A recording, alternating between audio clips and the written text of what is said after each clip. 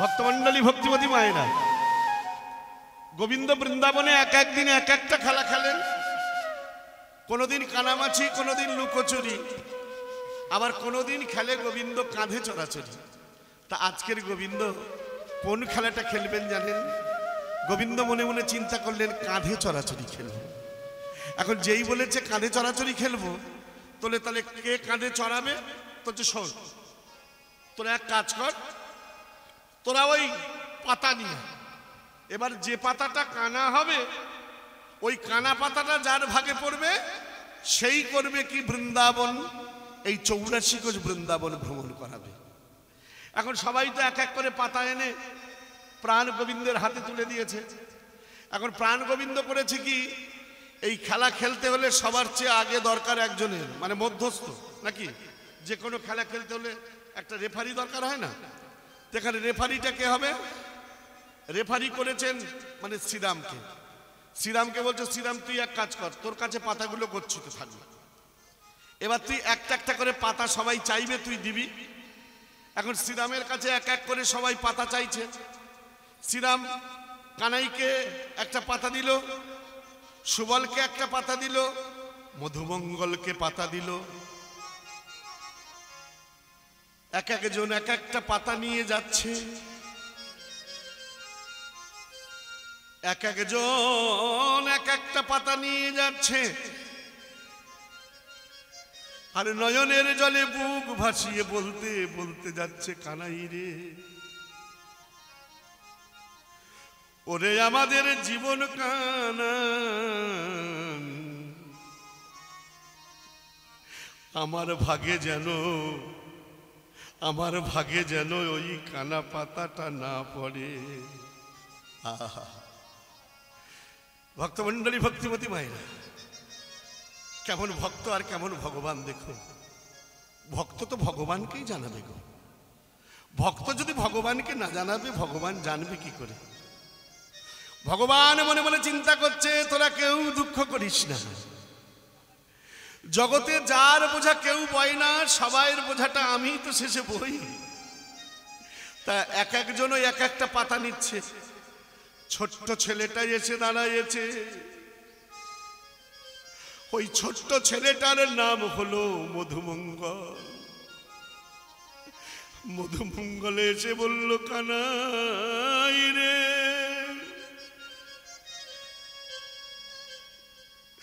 ওরে আমাদের জীবন কানাই,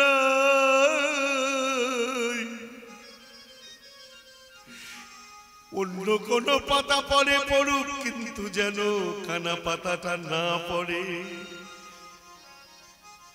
কানা পাতা যদি পড়ে রে কানাই, কানা পাতা যদি পড়ে যায়, তাহলে আমি তোকে তোদেরকে পিঠে করে বহন করতে পারবো না। বটুমঙ্গল কাঁদছে, ওদিকে কাঁদছে শ্রীরাম, ওদিকে কাঁদছে বসুরাম, সবাই কাঁদছে। সবাই যখন কান্নাকাটি করছে, এমন সময় ভগবান শ্রীকৃষ্ণ বললেন, এক কাজ কর, তোরা তোদের পাতাগুলো এবার এক এক করে বের কর।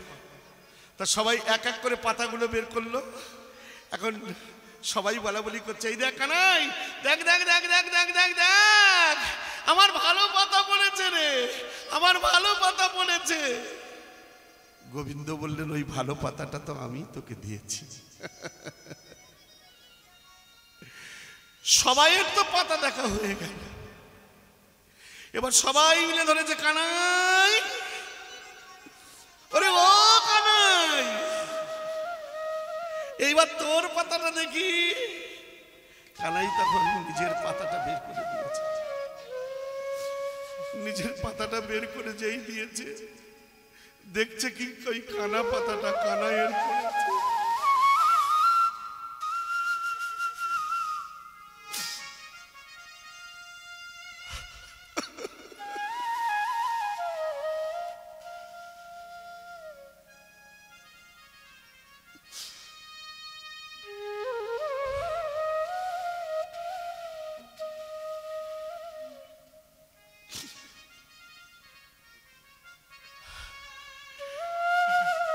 ভগবান বললেন, শ্রীরাম,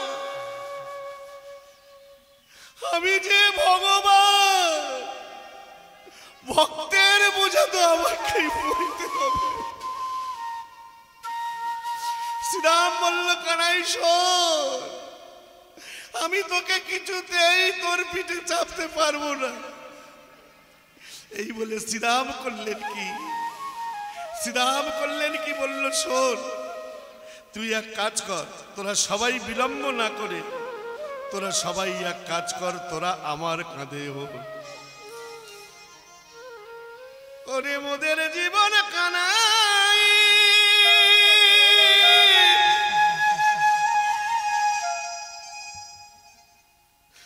ওরে মোদের জীবন কানাই।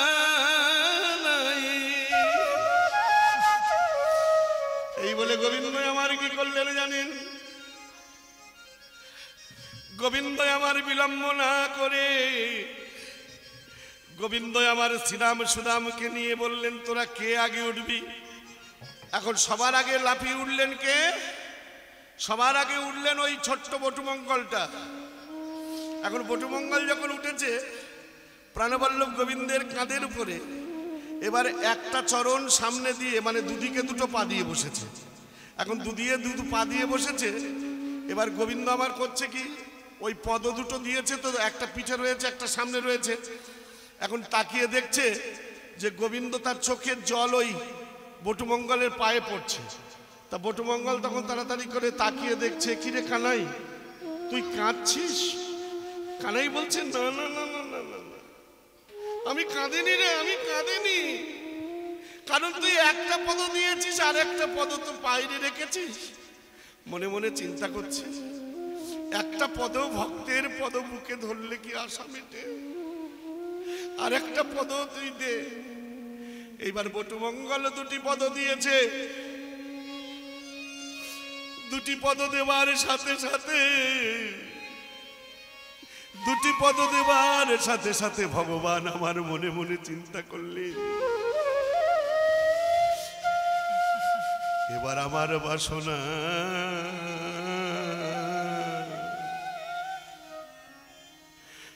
বাসনা পূরণ হলো। বলি আমার বাসনা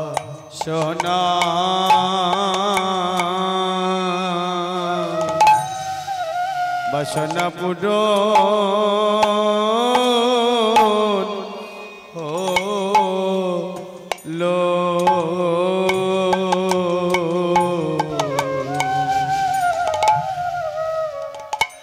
বলি আমার মনে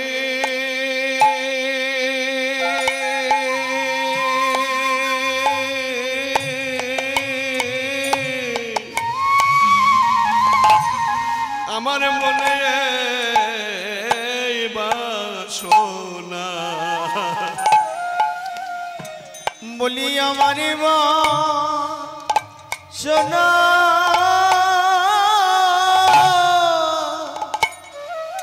বাসনা পূরণ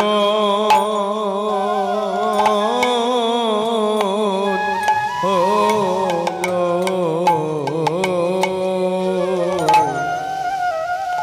আমার মনে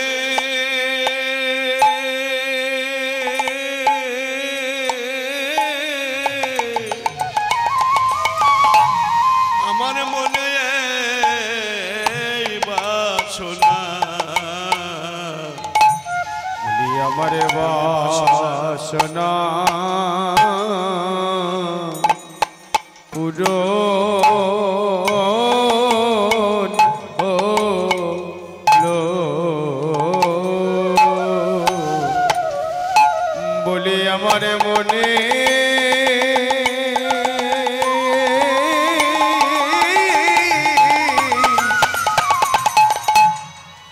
আমার মনের বাসনা। বলি আমার বাসনা পূরণ হলো।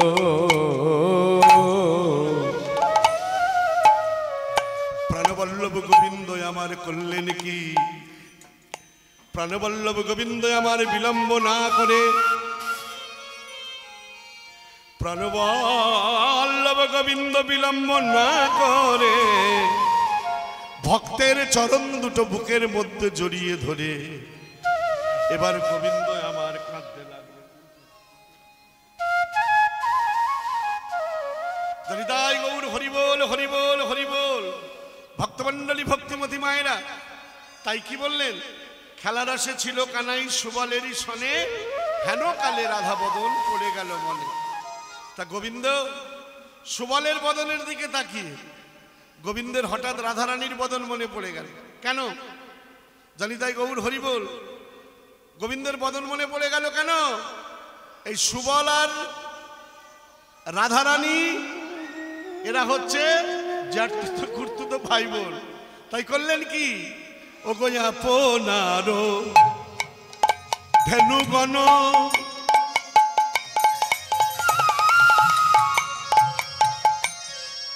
সঙ্গী গণে দিয়া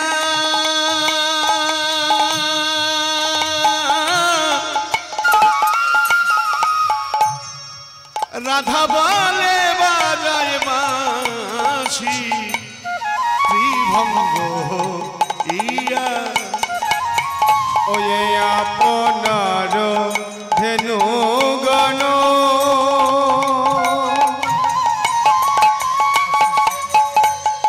সঙ্গী গণ দিয়া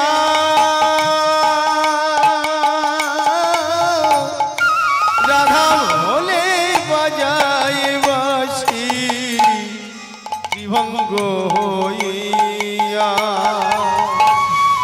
আপনার ধেনুগণ সঙ্গী গণে দিয়া রাধা বলে বাজায় বাঁশি ত্রিভঙ্গ ইয়া। ওয়ে আপনার ধেনুগণ সঙ্গী গণ দিয়া রাধা বলি বাজায় বাঁশি ত্রিভঙ্গ হইয়া। হরিদাই গৌর হরিবোল হরিবোল হরিবোল হরিবোল। তা রাধারানী করলেন কি? গোবিন্দের বাঁশি শুনলেন। গোবিন্দের বাঁশি শুনতে পেলেন কে? ধ্বনি শুনি সুবদন। ধ্বনি বলতে কোন ধ্বনির কথা বললাম? ধ্বনি বলতে মুরলীর ধ্বনি। সুবদনী বলতে সুবদনী বলতে রাধারানী। ধ্বনি শুনি সুবদনী অধীর হইয়া বধূরে ভেটিতে যায় সঙ্গী গণে দিয়া। রাইও সেকারে কহে এই কথা বটে, চলো চলো যাই সবে যমুনারও ঘাটে। রাধারানীর কথা মনে পড়ে গেছে গোবিন্দের। দেখুন গোবিন্দের যখন রাধারানীর কথা মনে পড়ে যায়, গোবিন্দ তখন কি করেন গো মা ও মায়েরা? গোবিন্দের যখন রাধারানীর কথা মনে পড়ে যায়, গোবিন্দ তখন কি করেন না? নিত্যলীলায় সহকারিণী যোগমায়া মা, যোগমায়া মাকে গোবিন্দ স্মরণ করতে লাগলেন। কিভাবে ডাকছেন? যোগমায়া যোগমায়া বলি ডাকিতে লাগিল। ডাকছে কিভাবে ডাকছে? যোগমায়া যো মায়া বলি ডাকিতে লাগিল। জগমায়া যো মায়া বলি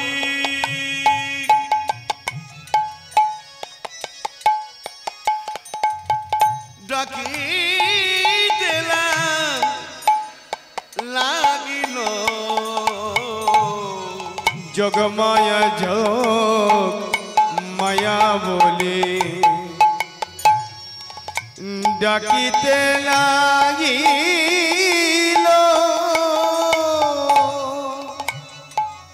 যোগমায়া মা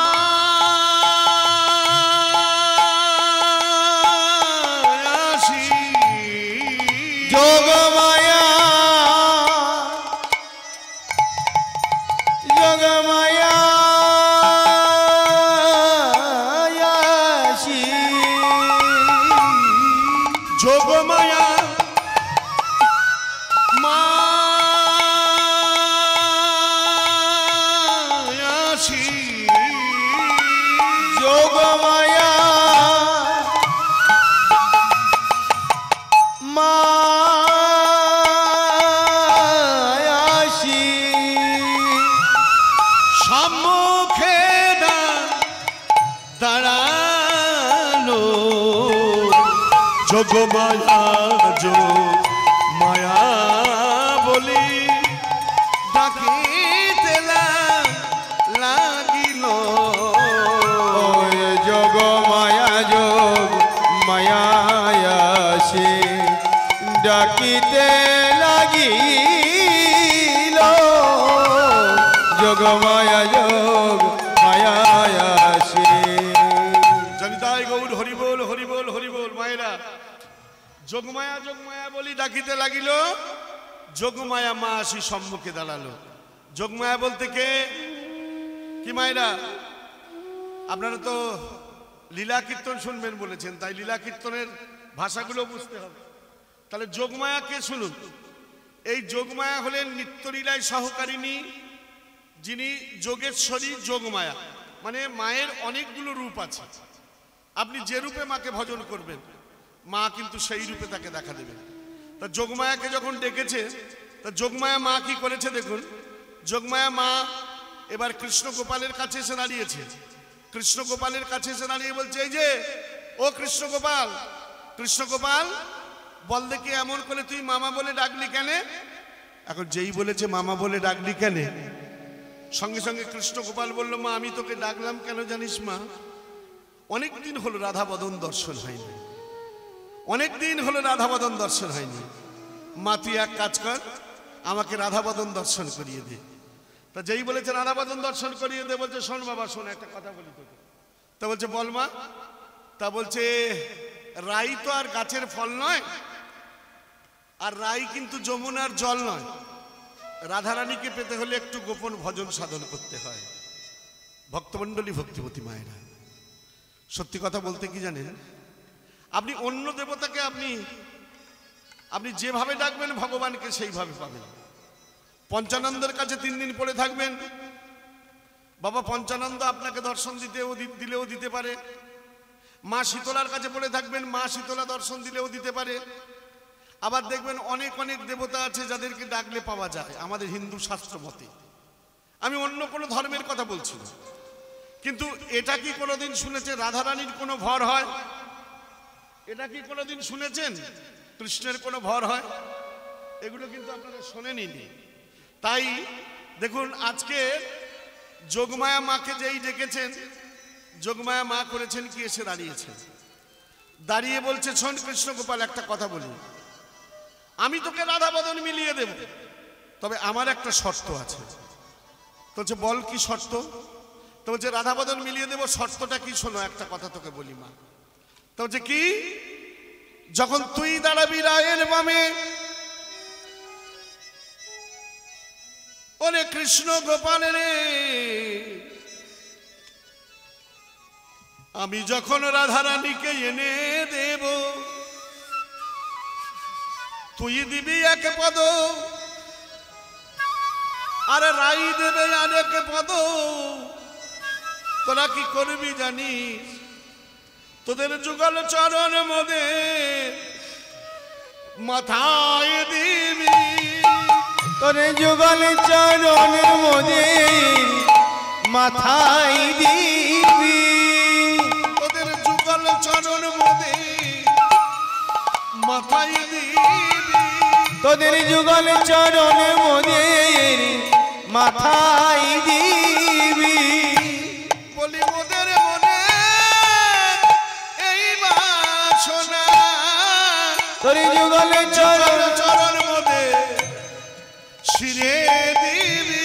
বলি আমাদের মনে এই বাসনা, যুগল চরণ শিরি মোদের শিরে দিবি। আমাদের মনে এই বাসনা, যুগল চরণ মদে শিরে দিবি। বলি আমাদের মনে এই বাসনা, যুগল চরণ মোদের শিরে দিবি। কৃষ্ণ গোপাল বলছে দাঁড়া দাঁড়া দাঁড়া দাঁড়া দাঁড়া, একটা কথা বলি মা, তোকে বলি শোন মা শোন। আমি কেন, আমি গীতায় বলেছি কর্ম অনুযায়ী কিন্তু জীবের ফল হবে, কর্ম ছাড়া কিন্তু জীবের ফল নেই। তাই এক কাজ কর, তা মা তুই এক কাজ কর, তুই যা, তুই দেখ যে রাধারানীকে আনা যায় কিনা। জানি তাই গৌর হরিবোল হরিবোল। ভক্তমণ্ডলী ভক্তিমতী মায়েরা, তাহলে এবার কি করেছে দেখো, এবার পৌর্ণমাসী ভগবতী যোগমায়া মা এবার বড়াই বুড়ির বেশ ধারণ করেছে। বড়াই বুড়ির বেশ ধারণ করে এবার চলেছে। কোথায় যাচ্ছে? লড়ি করে করে বড়াই ফেলে দাঁড়ে দাঁড়ে, কে যাবি তোরা মথুরা বাজারে। চিৎকার করে ডাকতে ডাকতে চলেছে, ও গো লড়ি করে, লড়ি করে করে বড়াই,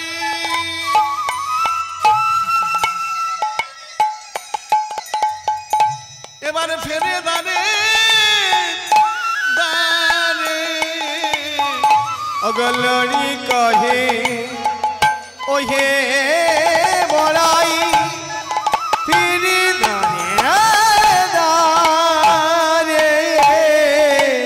ওগলড়ি করে করে বড়াই,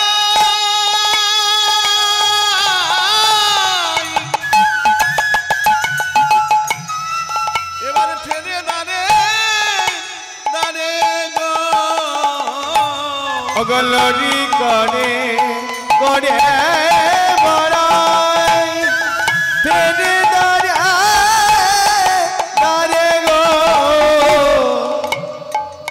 কে যাবি তোরা মথুরা বাজারে গো, মথুরা বাজারে, আজকে যাবি তোরা মথুরা বাজারে গো, মথুরা বাজারে, এবার কে যাবি তোরা মথুরা বাজারে গো, মথুরা বাজারে, আরে কে যাবি তোরা মথুরা বাজারে গো, মথুরা বাজারে, তোরা কে যাবি শুনি, বলি কে যাবি চলি, তোরা কে যাবি শুনি, বলি কে যাবি ছড়ি, বলিয়ার রে বড় যোগ এসেছে, বলি কে যাবি শুনি, বলি আজকে বড় যোগে এসেছে, তোদের যোগাযোগ হয়ে যাবে, বলি আজকে বড় যোগ এসেছে, তোদের যোগাযোগ হয়ে যাবে, বলি আজকে বড় যোগ এসেছে, তোদের যোগাযোগ হয়ে যাবে, বলি আজকে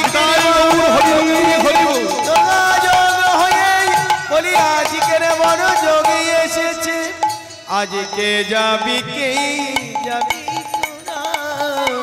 মথুরা বাজারে গো, মথুরা বাজারে, জমিদার গৌর হরিবোল হরিবোল হরিবোল। এখন বড়াই বুড়ি করেছে কি, মানে যোগমায়া বড়াই বুড়ির বেশ ধারণ করে এবার জটিলা কুটিলার বাড়ির কাছাকাছি গেছে। ও মায়েরা, এই যে শুনুন, জটিলা মানে কি বলুন তো? জটিলা মানে অত্যন্ত জটিল ব্যাপার, আর কুটিলা মানে অত্যন্ত কুটিল ব্যাপার। দেখুন, সংসারে কিন্তু জটিলা কুটিলা থাকে, আস্তে আস্তে সংসারেও দেখবেন জটিলা কুটিলা থাকে। সংসারে জটিলা কুটিলা কারা বলুন তো? দেখুন, যারা কোনোদিন হরি নাম করে না, যারা কোনোদিন কৃষ্ণ নাম করে না, যারা হরির বলতে গোসা করে, রাগ করে, তারাই হচ্ছে জটিলা কুটিলা। তবে একটা কথা বলে দিই, হিন্দু শাস্ত্র অনুযায়ী, সিদ্ধান্ত অনুযায়ী, শ্রীমদ্ ভাগবতে এক জায়গায় দেখবেন কলম দিয়ে গেছেন, একটা বিশেষ কলম রয়েছে, মনুষ্যকুলে জন্ম নিয়ে যদি নাকি হরি ভজন যে না করে, তার জনম যৌবন সব বৃথা। ওই জন্যে নরোত্তম দাস ঠাকুর প্রার্থনা কীর্তনের মধ্যে বলেছেন, জন্মিয়ে কিবা ফল, মরণে মঙ্গল, কহে নরোত্তম দাসে। তার জন্মের কোনো দাম নেই। আজকের একটা কথা না বললে নয় মাগো, এখানে হরিনাম না হয়ে অন্য কিছু যদি হতো, এখানে কীর্তন না হয়ে যদি অন্য কিছু হতো তাহলে বুঝতে পারতেন মানুষের ঢল নেমে যেত। কারণ এখানে হচ্ছে হরিনাম, এই গ্রামের মানুষগুলোই আসলে হবে। কিন্তু দেখুন এদিকে মানুষের ধ্যান ধারণা নেই। আমি আগেও বলেছি, এখনো বলছি, দেখতে দেখতে কোথায় গিয়ে দাঁড়িয়েছি। কদিন আগে আশা করি বিশ্বের প্রত্যেকটা জায়গায় হয়েছে, মহামারী হয়েছে কিনা, সব দরজা বন্ধ হয়ে গেছিল কিনা, নেতা মন্ত্রীরা ঘর ঢুকে গেছিল কিনা, দাদা কাদারা বাড়ি থেকে বেরোতো কিনা, করোনা দেখেছেন? কেন বলুন তো? মহামারী দেখা দিয়েছিল। এই মহামারীর সময় পৃথিবীর এমন কোনো দেশ নেই যে দেশে এই মহামারীতে হাজার হাজার নয় লক্ষ লক্ষ মানুষ মারা গিয়েছে। কি আশ্চর্যপূর্ণ লীলা মাধুর্য দেখুন বাবা। আপনাদের এখানে যারা আছেন আমি জানি প্রত্যেকে জ্ঞানী বিজ্ঞ পণ্ডিত মানুষ। আপনাদের মধ্যে কেউ শুনেছেন কোনো সাধু সন্ত করোনাতে মারা গেছে? আমি নবদ্বীপের ছেলে, নবদ্বীপের কথা বলছি। ভ্যাকসিনও নেননি, কোনো ওই কোভিড টিকা টিকা কিচ্ছু নেননি। এমন সব সাধুগুরু বৈষ্ণবরা প্রত্যেকটা দিন ভোর 3টেতে তারা উঠেছে, গঙ্গায় স্নান করেছে, গোবিন্দ মন্দিরে সন্ধ্যারতি কীর্তন করেছে, মানুষকে আলিঙ্গন দিয়েছে। কিন্তু বিশ্বাস করুন, নবদ্বীপে লক্ষ লক্ষ সাধু সন্তের মধ্যে একজনও কিন্তু এই রোগে মারা যায়। দেখুন ভগবানের কি আশ্চর্যপূর্ণ লীলা মাধুর্য। এটাই হলো ভগবানের করুণা। আমরা একদিন হরিনাম করি, 2 দিন হরিনাম করি, 3 দিন হরিনাম করি, 4th দিন হরিনাম বলতে গেলে আমাদের খুব কষ্ট হয়। তাই একটা কথা বলেছে, জীব নৃত্য কৃষ্ণ দাস তাহা ভুলি গেল, মায়া পিশাচিনী জীব দেখো গলাইতে বাঁধিল। জীবনী কৃষ্ণের দাস। তাই আপনাদের কাছে আমি আর কবে আসবো তাও জানি না। অনেক দিন আগে হয়ে গেছে, 5-7 বছর 10 বছর প্রায় এই কাছাকাছি এসেছিলাম আপনাদের এখানে। এই যে মাস্টারমশাই আছেন, কি যেন নামটা রেল লাইনের, কি নামটা যেন ভুলে গেলাম নামটা, কিশোর বাবুর বাড়িতে এসেছিলাম। আর আজকের এই আপনাদের এখানে এসে একটা জিনিস আমার খুব ভালো লেগেছে। সেই কথাটা কি জানেন? এই বাড়ির মধ্যে এত সুন্দর মন্দির, এবং মন্দির যারা সেবা করছেন যে সমস্ত বাবুরা, ছেলে মেয়েগুলো দেখলাম, তাদের যে আকুলতা, তাদের যে ব্যাকুলতা, সত্যিই খুব ভালো লেগেছে। তাই আপনাদের কাছে আমার একটা নিবেদন থাকলো, আপনাদের কাছে আমার একটা অনুরোধ থাকলো, আপনারা পারলে তাদেরকে একটু আশীর্বাদ করবেন। প্রত্যেকটা বৎসর যেন আপনাদের মতো সাধুগুরু বৈষ্ণবদের নিয়ে, প্রত্যেকটা বৎসর যেন আপনাদের মতো ভক্তমণ্ডলীদের নিয়ে হরিনাম কীর্তন তারা করতে পারে। এই হরিনাম কীর্তন ছাড়া মানুষের গতি নেই। সে যত বড় দরের মানুষ হোক না কেন, সে যত বড় লোক হোক না কেন, ভগবান ওই যে গীতা, ভগবান ওই যে অর্জুনকে যে শিক্ষাটা দিয়েছিলেন, আপনাদেরই কথা, আপনারাই তো বলেন, এগুলো আপনারা পড়েছেন, আপনারা জানেন। অর্জুন যখন ওই কুরুক্ষেত্রের যুদ্ধে গিয়ে অস্ত্র পরিত্যাগ করে দিয়ে দাঁড়িয়ে পড়লেন, ভগবান কৃষ্ণচন্দ্র অর্জুনকে বোঝালো, অর্জুন দাঁড়িয়ে আছো কেন, যুদ্ধ করো। অর্জুন তাড়াতাড়ি করে বললেন, সখা আমি যুদ্ধ করব কাদের সঙ্গে? আমি যাদের সঙ্গে যুদ্ধ করব তারা আমার আত্মীয় স্বজন পরিজন হন। তাই এই সিংহাসনের আমার দরকার নেই, আমি যুদ্ধ করতে পারবো না। ভগবান কৃষ্ণচন্দ্র বলল, অর্জুন ক্ষত্রিয়র ধর্ম যুদ্ধ, তাই বিলম্ব না করে তুমি যুদ্ধ করো। অর্জুন তুমি যুদ্ধ করো, আমি তোমাকে আদেশ করছি তুমি যুদ্ধ করো। অর্জুন বলল, না সখা আমি যুদ্ধ কিছুতেই করব না, কারণ যাদের মেরে সিংহাসন ভোগ করব তারা আমার আপনজন, তারা আমার পরিজন। আমি পারবো না সখা, আমি পারবো না। ভগবান কৃষ্ণচন্দ্র প্রধান্বিত হলে, কি গো বাবা, ভগবান কৃষ্ণচন্দ্র প্রধান্বিত হয়ে বললেন, অর্জুন তুমি যুদ্ধ করবে। তুমি যুদ্ধ করার কে? ভগবান বিশ্বম্বর মূর্তি ধারণ করলেন। ভগবান যখন বিশ্বম্বর মূর্তি ধারণ করেছেন, অর্জুন তাকিয়ে দেখছেন ভগবান কৃষ্ণের মুখের মধ্যে কত শত অর্জুন, কত শত কুরুক্ষেত্রের প্রাঙ্গণ, কত শত যোদ্ধাই সব মরে পাড়া পড়ে আছে। ভগবান কৃষ্ণের বিশ্বরূপ দেখে অর্জুন বললেন, সখা সখা আমি পারছি না, সখা আমি পারছি না, তুমি বন্ধ করো সখা, তুমি বন্ধ করো। ভগবান কৃষ্ণচন্দ্র বললেন, তাহলে অর্জুন ধনুর্বাণটা ধরো। অর্জুন এবার ধনুর্বাণটা ধরলেন। অর্জুন শুরু করলেন তুমুল যুদ্ধ। সেই তুমুল যুদ্ধ, ধর্মরাজ্য প্রতিষ্ঠা হলো। কি মায়েরা, কুরুক্ষেত্র যুদ্ধের মূল কারণটা কি জানেন তো? ধর্মরাজ্য প্রতিষ্ঠা করার জন্য হয়েছিল যুদ্ধ। তাই ভগবান কৃষ্ণ সেই যুদ্ধে অংশগ্রহণ করেছিলেন। আরো একটা কথা আপনাদের মনে আছে কিনা জানি না গো মায়েরা, ভগবান রামচন্দ্র যখন সীতাকে হারিয়ে ভগবান রামচন্দ্র যখন বনে বনে ছুটছেন, এমন সময় ভগবান রামচন্দ্র ধনুর্বাণটা মাটিতে রেখে সেই ধনুকের উপর হাতটা দিয়ে সীতা সীতা বলে কাঁদতে শুরু করেছেন। এখন কিছুক্ষণ সীতা সীতা বলে কাঁদতে কাঁদতে কিছুক্ষণ পরে ভগবান রামচন্দ্র ধনুর্বাণটা তুলে এবার আগিয়ে চলেছেন। ভগবান যখন ধনুর্বাণটা তুলে আগিয়ে চলেছেন, এবার ওই একটা ব্যাঙ জয় শ্রীরাম বলে ডেকে উঠেছেন, জয় জয় শ্রীরাম, জয় জয় শ্রীরাম। এখন জয় শ্রীরাম বলে যখন ডেকে উঠেছে ব্যাঙটা, ভগবান রামচন্দ্র তাড়াতাড়ি করে পশ্চাতে অবলক্ষণ করলেন, মানে পিছন দিকে তাকিয়ে দেখলেন। পিছন দিকে তাকিয়ে দেখে এবার ওই ব্যাঙটাকে জিজ্ঞাসা করলেন, ভেক কই তুমি তো একটু আগে তুমি ডাকতে পারতে, যখন তোমাকে কোনো হিংস্র সর্প ভক্ষণ করতে আসে তখন তো তুমি জয় জয় শ্রীরাম জয় জয় শ্রীরাম বলে তুমি ডাকো, কিন্তু আজকে তুমি ডাকলে না কেন? ওই ছোট্ট ভেকটা বলছে, প্রভু আমি যখন বিপদে পড়ি,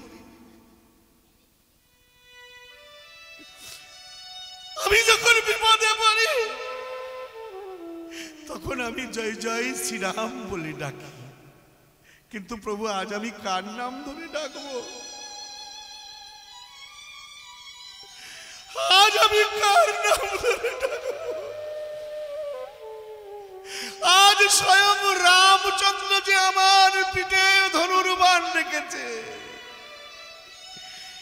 ব্যাঙটাকে বুকের মধ্যে জড়িয়ে ধরে বললেন, ভেক, ব্যাঙের ভালো নাম হচ্ছে ভেক, ভেক আর আমি তোমাকে মরতে দেব না, তোমাকে মরতে দেব না।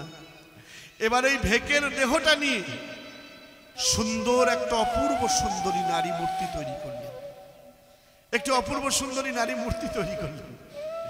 যে মূর্তিটা ওই বালি আর সুগ্রীব যে মেয়েটাকে নিয়ে কাড়াকাড়ি করেছিল, যে মেয়েটা লালন পালন হয়েছিল বনের মধ্যে, ওই মেয়েটা কে গো?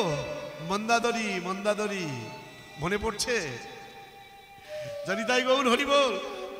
তাহলে আজকের ওই মেয়েটাই কিন্তু সেই মেয়েটা, এই মেয়েটা ঋষির আশ্রমে মানুষ হয়েছিলেন। আর ওই বনের রাজা ছিলেন কে? ওই মেয়েটির সঙ্গে, মন্দাদরীর সঙ্গে প্রথম প্রণয় হয়েছিল বালিরাজের সঙ্গে। এই বালির সঙ্গে যখন প্রেম হয়েছিল, ঠিক কিছুদিন পরে রাবণ যখন ত্রিভুবন জয় করে, রাবণ যখন বনে এসে বললেন তোমরা আমাকে কর দাও, এবার কর চেয়ে বসলেন। এবার ওই বনের ঋষিরা বললেন কি কর আপনাকে দেব, তা আপনি কি চান?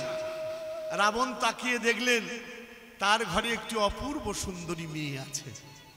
বললেন আমি অন্য কিছু চাই না, আমি চাই আপনার ওই সুন্দরী মেয়েটাকে। এবার ঋষি করলেন কি, বিলম্ব না করে রাবণের হস্তে মেয়েটাকে তুলে দিলেন। যখন রাবণের হস্তে তুলে দিয়েছেন, ওদিকে বালি খবর পেয়েছে। বালি খবর পেয়ে বালি দৌড়ে এসেছে, রাবণকে বলছে, হ্যাঁ রাবণ, মন্দাদরী হচ্ছে আমার স্ত্রী, আমি মন্দাদরীকে নিয়ে যাব। রাবণ বলল বিবাহ করেছি আমি নিয়ে যাব। এখন দুজন তো দুদিকে টানাটানি শুরু করেছে, দুদিকে টানাটানি করতে করতে মেয়েটা দুখণ্ড হয়ে গেল। এবার মেয়েটা যখন দুখণ্ড হয়ে গেল, একদিকে বালি কাঁদছে, একদিকে রাবণ কাঁদছে। এমন সময় ঋষি এলেন তাদের সামনে। বালি তুমি কেঁদো না। ঋষি অঙ্গার যখন এসে দাঁড়িয়েছেন, ঋষি অঙ্গার বললেন তোমরা কেউ কেঁদো না। কমণ্ডলের জলটা নিয়ে ছড়া দিলেন। যেই ছড়া দিয়েছেন ওই দুখণ্ড নারী তৈরি হয়ে গেল। একজনের নাম হলো মন্দাদরী, আরেকজনের নাম হলো তারা। এই দুজন করলেন কি, রাবণকে দিলেন মন্দাদরীকে, আর বালিকে বললেন বালি তুমি আমার তারাকে গ্রহণ করো।